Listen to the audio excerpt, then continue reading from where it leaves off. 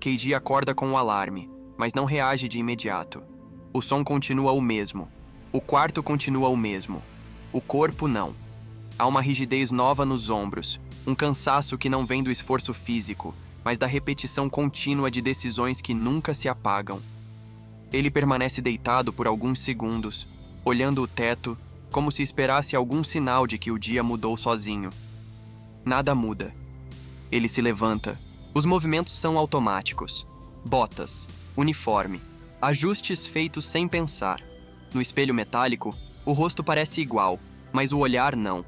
Há menos curiosidade, menos urgência. Apenas cálculo. No corredor, os soldados seguem o fluxo habitual. Conversas triviais, piadas repetidas. Para eles, tudo está começando agora. Para Keiji, tudo já terminou várias vezes. Ele passa por rostos que reconhece não pelo nome, mas pela forma como morrem. No transporte, Rita está no mesmo lugar de sempre. A postura firme, o olhar à frente. Keiji se aproxima, mas não diz nada. A comunicação entre eles já não depende de palavras. Depende de distância, de ritmo, de silêncio. Quando o portão se abre, Keiji sente algo diferente. Não medo, não pressa, mas separação. Como se estivesse entrando em um espaço que só ele realmente conhece. A batalha começa. Keiji e Rita avançam com precisão contida. Evitam áreas instáveis. Não salvam ninguém além do necessário. Não interferem em mortes previsíveis. O campo responde com uma regularidade quase confortável. Eles sobrevivem mais do que em ciclos recentes. Funciona. E exatamente por isso, algo quebra. Keiji percebe primeiro. Não um ataque novo, mas a ausência de algo esperado. Um impacto que não acontece. Um movimento que atrasa. O campo fica silencioso por um instante longo demais. Rita olha para ele. Eles entendem ao mesmo tempo. Estabilidade prolongada chama a atenção. O ataque vem de cima, de um ângulo impossível. Keiji reage rápido, mas não o suficiente. Rita é empurrada para fora da rota planejada. Keiji tenta compensar. Avança. O erro não é grande, mas é suficiente.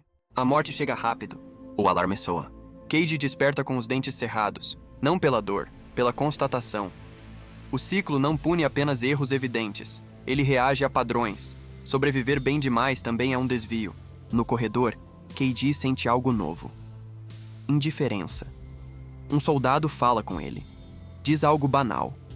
Keiji responde automaticamente sem ouvir.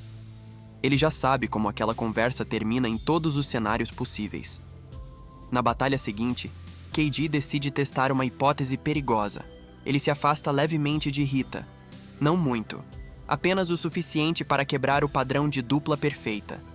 O campo responde de forma mais previsível. Os ataques voltam ao ritmo esperado. Rita percebe e diz: "Você se afastou." Keiji não explica. Não há tempo. E talvez não haja linguagem suficiente. Eles sobrevivem menos tempo, mas de forma estável. A morte vem sem surpresa. No ciclo seguinte, Keiji repete a estratégia. Mantém distância. Evita decisões conjuntas.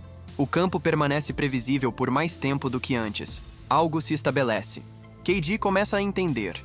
O ciclo aceita aprendizado individual. Rejeita controle compartilhado. Quanto mais alinhados ele e Rita ficam, mais o sistema reage. Essa compreensão traz um custo imediato. Na batalha seguinte, Rita erra um movimento. Não por falta de habilidade, por falta de informação. Keiji vê o erro antes que aconteça. Sabe exatamente como corrigir. Mas corrigir significaria se aproximar. Reforçar o padrão que o campo rejeita. Ele hesita. Rita é atingida. Não fatalmente. Apenas o suficiente para atrasá-la. Keiji avança por reflexo, quebrando a própria regra. O campo responde com violência imediata. A morte chega em segundos. O alarme soa. Keiji acorda com um peso no peito que não existia antes. Não é culpa. É isolamento consciente. Ele entende que saber mais não significa poder agir. Significa ter que escolher quando não agir. No corredor, Rita passa por ele. Não olha. Não por frieza. Por foco. Ela também percebeu. Na batalha seguinte, Keiji toma uma decisão difícil. Não corrigir erros de Rita. Não interferir. Não salvar quando sabe que poderia. Eles sobrevivem menos tempo juntos, mas o campo permanece estável. Funciona. Tecnicamente, mas algo se perde. Cade sente a distância crescer. Não física, mental. Rita se torna menos previsível para ele. Não porque mudou, mas porque ele deixou de acompanhar todos os seus movimentos. O aprendizado deixa de ser compartilhado. O ciclo aceita isso e cobra. Em um dos ciclos mais longos do episódio, Cade avança sozinho. Rita segue outro trajeto. Eles não se cruzam. O campo permanece estranhamente calmo. Cade sobrevive mais do que nunca.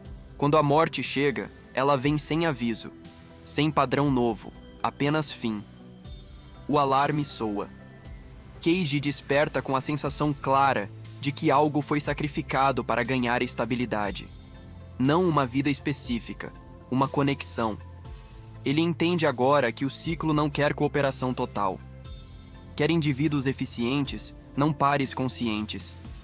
Compartilhar demais cria ruído. Isolar cria previsibilidade. Essa lógica o incomoda profundamente. Na batalha seguinte, Cade tenta um meio-termo impossível. Aproxima-se de Rita apenas em momentos críticos. Interfere pouco. Corrige apenas o inevitável. O campo reage de forma instável. Ataques vêm cedo demais. Outros atrasam. A morte é caótica. O alarme soa. Cade acorda exausto. O corpo responde mais lento. A mente demora a se reorganizar. Ele percebe que o ciclo não está apenas testando decisões. Está testando resistência psicológica. Rita se aproxima dele no corredor. Pela primeira vez em muitos ciclos, ela fala antes da batalha. Se a gente continuar assim, um de nós vai ficar para trás. Cade não responde. Não porque discorda, porque sabe que ela está certa. Na batalha final do episódio, Cade toma a decisão mais fria até agora. Ele se afasta deliberadamente. Mantém distância total. Não interfere em nada que não envolva sua própria sobrevivência. O campo responde com estabilidade quase perfeita. Ele sobrevive mais tempo do que nunca. Mas observa à distância Rita morrer em um ponto que ele poderia ter evitado. A morte vem logo depois. O alarme soa. Cade desperta em silêncio absoluto. Não se move. Não fecha os olhos. Ele entende com clareza dolorosa. Sobreviver do jeito certo exige isolamento. E isolamento cobra um preço que não reinicia. Ele se senta na cama, respirando fundo. O ciclo continua funcionando. Mas agora ele sabe que, para avançar, vai precisar decidir o quanto está disposto a se separar de quem entende o que ele vive. Se essa história continua te acompanhando, escreve nos comentários. Até onde você iria para sobreviver, mesmo que isso significasse ficar sozinho? O ciclo continua. Nos vemos no episódio 5. Se essa narrativa fez sentido para você, curta o vídeo, compartilhe e se inscreva no canal para acompanhar os próximos episódios.